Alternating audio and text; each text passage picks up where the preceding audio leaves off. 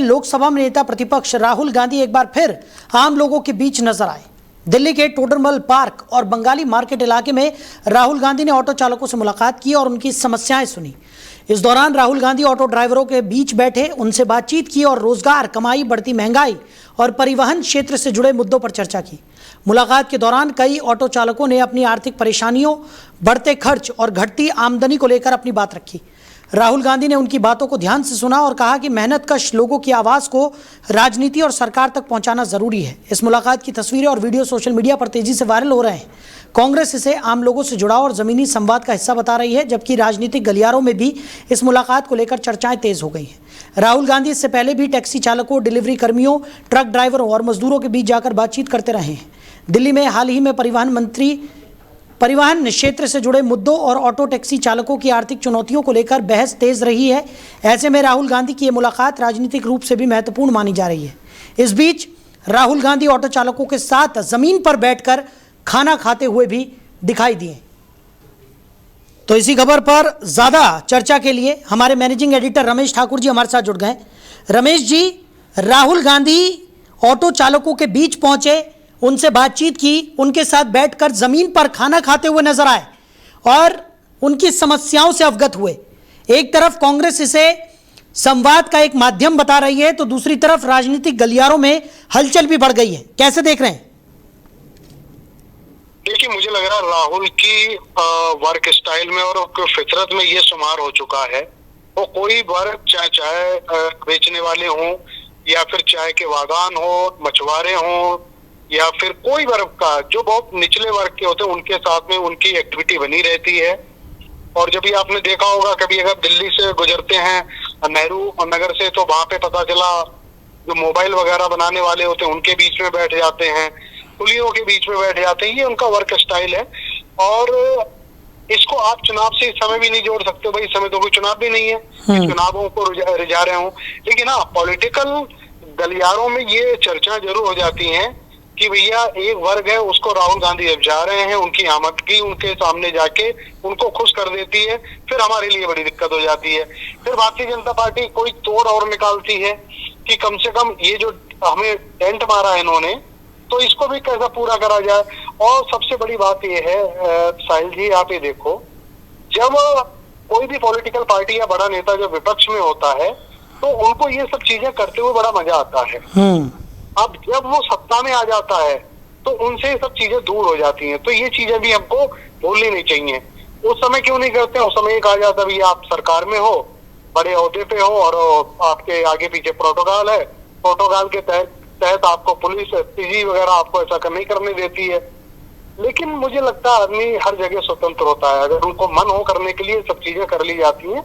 लेकिन बहरहाल राहुल गांधी की छवि से अगर जोड़ के देखें, इससे पहले जो भारत जोड़ो यात्रा उन्होंने निकाली, उनसे लेके अब तक उन चीजों को लेके वो अपनी छवि को डे बाई डे वो सुधारते जा रहे हैं। जी, लेकिन एक चीज़ यहाँ पर और गौर करने वाली है कि भले ही इस वक्त चुनावी माहौल ना हो, लेकिन ईंधन के दामों को लेकर केंद्र सरकार की आलोचना ऑटो चालक लगातार करते हुए नजर आ रहे थे।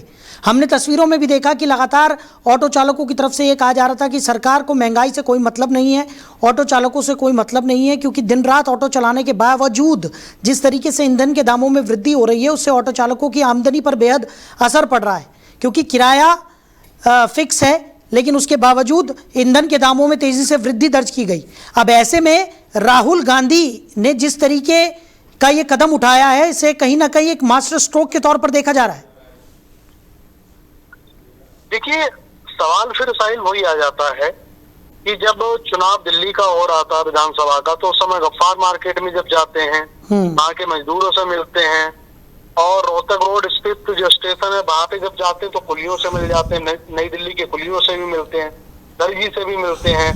अब वो कमोबेश सब यही बात करते हैं कि सरकार से परेशान है। उस समय तो चलो रूल आम आदमी पार्टी कर रही थी, केजरीवाल साहब कर रहे थे, तो कह रहे थे उन सरकार से हमें कुछ मिल नहीं पाया जितनी की उम्मीदें थी हमें।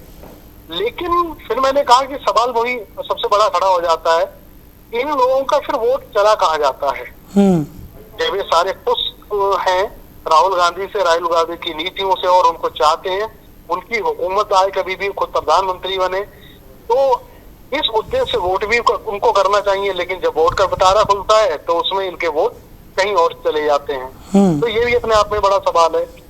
लेकिन फिर भी मुझे लगता है एक व्यक्ति जो इतनी बार हार गया हो, हार दर हार उनको नसीब हुई हो, बावजूद भी वो मुस्कुरा रहा है, बावजूद भी उनको पता है कि जिस सामने वाले वर्ग के पास मैं गया था इन्होंने मुझे मीठी मीठी बातें करी और उसके बाद भी मुझे वोट नहीं करा, मैं फिर भी उनके पास जाऊंगा।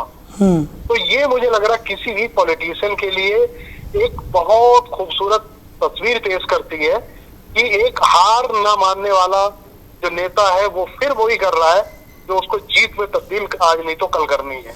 बिल्कुल, जैसा कि भारतीय जनता पार्टी का एक डायलॉग था जो बहुत ज़्यादा हिट भी हुआ था कि आपदा में अवसर, तो कहीं ना कहीं एक तरफ राजनीतिक गलियारों में ये भी हलचल तेज है कि राहुल गांधी कोई मौका नहीं छोड़ रहे जिसमें केंद्र सरकार बैकफुट पर आए और उस मुद्दे को भुनाया जाए। इसी कड़ी में राहुल गांधी ने ये कदम यहाँ पर उठाया क्योंकि ऑटो चालक इस वक्त केंद्र सरकार से बहुत ज़्यादा नाराज़ नज़र आ रहे हैं। दूसरी तरफ राहुल गांधी उनके साथ बैठकर भोजन करते हुए दिखाई पड़ रहे हैं और अपने आप का जो जुड़ाव है आम जनमानस से उसे भी यहाँ पर राहुल गांधी बढ़ा रहे हैं। चाहे वो भारत जोड़ो यात्रा का जिक्र आपने किया, तब भी हमने देखा कि किस तरीके से लोगों के बीच वो गए और काफ़ी ज़्यादा प्रोत्साहन भी भारत जोड़ो यात्रा को मिलता हुआ नजर आया था। एक बार ऐसे लगने लगा था कि कांग्रेस जो है वो वापस ट्रैक पर आती हुई नजर आ रही है। हालांकि उसके बाद मामला ठंडा पड़ गया, ठंडे बस्ते में चला गया। अब फिर से राहुल गांधी ऐसे आम जनमानस के बीच में मौजूद नजर आए हैं, तो कहीं ना कहीं भारतीय जनता पार्टी पर इसका असर तो ज़रूर पड़ता हुआ नजर आएगा। एग्जैक्टली आपने सही कहा। जब राहुल गांधी ऐसा करते हैं उन क्षेत्रों में और उन जगहों में जहां चुनाव होते हैं, आपको याद हो जब बिहार का चुनाव हो रहा था और मुकेश सहनी का जो क्षेत्र था और वहां पे राहुल गांधी ने नाव में चलते चलते मछुआरों के बीच में छलांग लगा दी थी जी। तो उस समय चुनावी पंडित ये कहने लगे थे कि बिहार का चुनाव यहीं से बदल गया। और मछुआरों की उस समय आपने अगर उत्साह अगर देखा हो साहिल जी तो किस कदर उत्साह था कि ऐसा लगता था कि बिहार के जितना मछुआरा वर्ग है वो सारा का सारा कांग्रेस के पक्ष में जाएगा या फिर मुकेश सहनी के या आरजेडी के पक्ष में चला जाएगा। और लेकिन जब वोटिंग होती है, जब रिजल्ट आता है, तो जहां से उन्होंने छलांग लगाई थी, जिनके पक्ष में लगाई थी, वहीं से ये चुनाव हार जाते हैं जी। अब दूसरी बात, दूर मत जाइएगा, आसनसोल का इलाका मैं आपको बता रहा हूँ जो पश्चिम बंगाल में है, जहाँ पे आसपास में राहुल गांधी भी गए थे, उनकी रैलियां हुई थी और उन रैलियों में भी ये लग रहा था कि यहाँ से तो कांग्रेस की सीट निकलेगी 100%। जब ईवीएम मतदान होता है तब वहां पे कांग्रेस चौथे पांचवें स्थान पे रहती है। अब आप इसको क्या कहोगे? तो वो चीजें समझ में नहीं आती कि समीक्षा अगर किसी नेता से जुड़ के अगर करी जाए कि नहीं यानी रमेश जी, अगर आसान शब्दों में हम बात करें तो साफ तौर पर यह है कि मौका भुनाने की पुरजोर कोशिश यहाँ पर होती है, लेकिन उस तरीके से उस मुद्दे को भुना नहीं पाती है कांग्रेस। और यही वजह है कि कहीं ना कहीं तमाम जो हथकंडे हैं, तमाम जो प्रयास हैं, वो सब विफल साबित होते हैं भारतीय जनता पार्टी के सामने चुनावी माहौल में। मुझे लगता है बना भी लेती है और तंदूर में डाल के उसको पका भी लेती है। और बिल्कुल जब खाने की बात आती है ना, जब प्लेट में रख दी जाती है सब्जी, वो पता चला आग झपकते प्लेट गायब। यही कांग्रेस के साथ में हो रहा है जो आप कह रहे हो।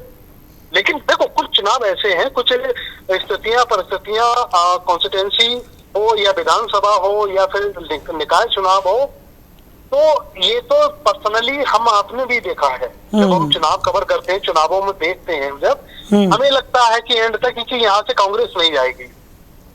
विधानसभा हरियाणा के चुनाव हो रहे थे, रोहतक सीट ऐसी थी और सिरसा सीट ऐसी थी जहाँ पे ये लग रहा था कि यहाँ तो बहुत बम्पर वोटिंग हुई है और यहाँ पे सरकार जो है, जो पक्ष क्या नाम, वोटिंग का जो पक्ष इनके पक्ष में जाएगा कांग्रेस के।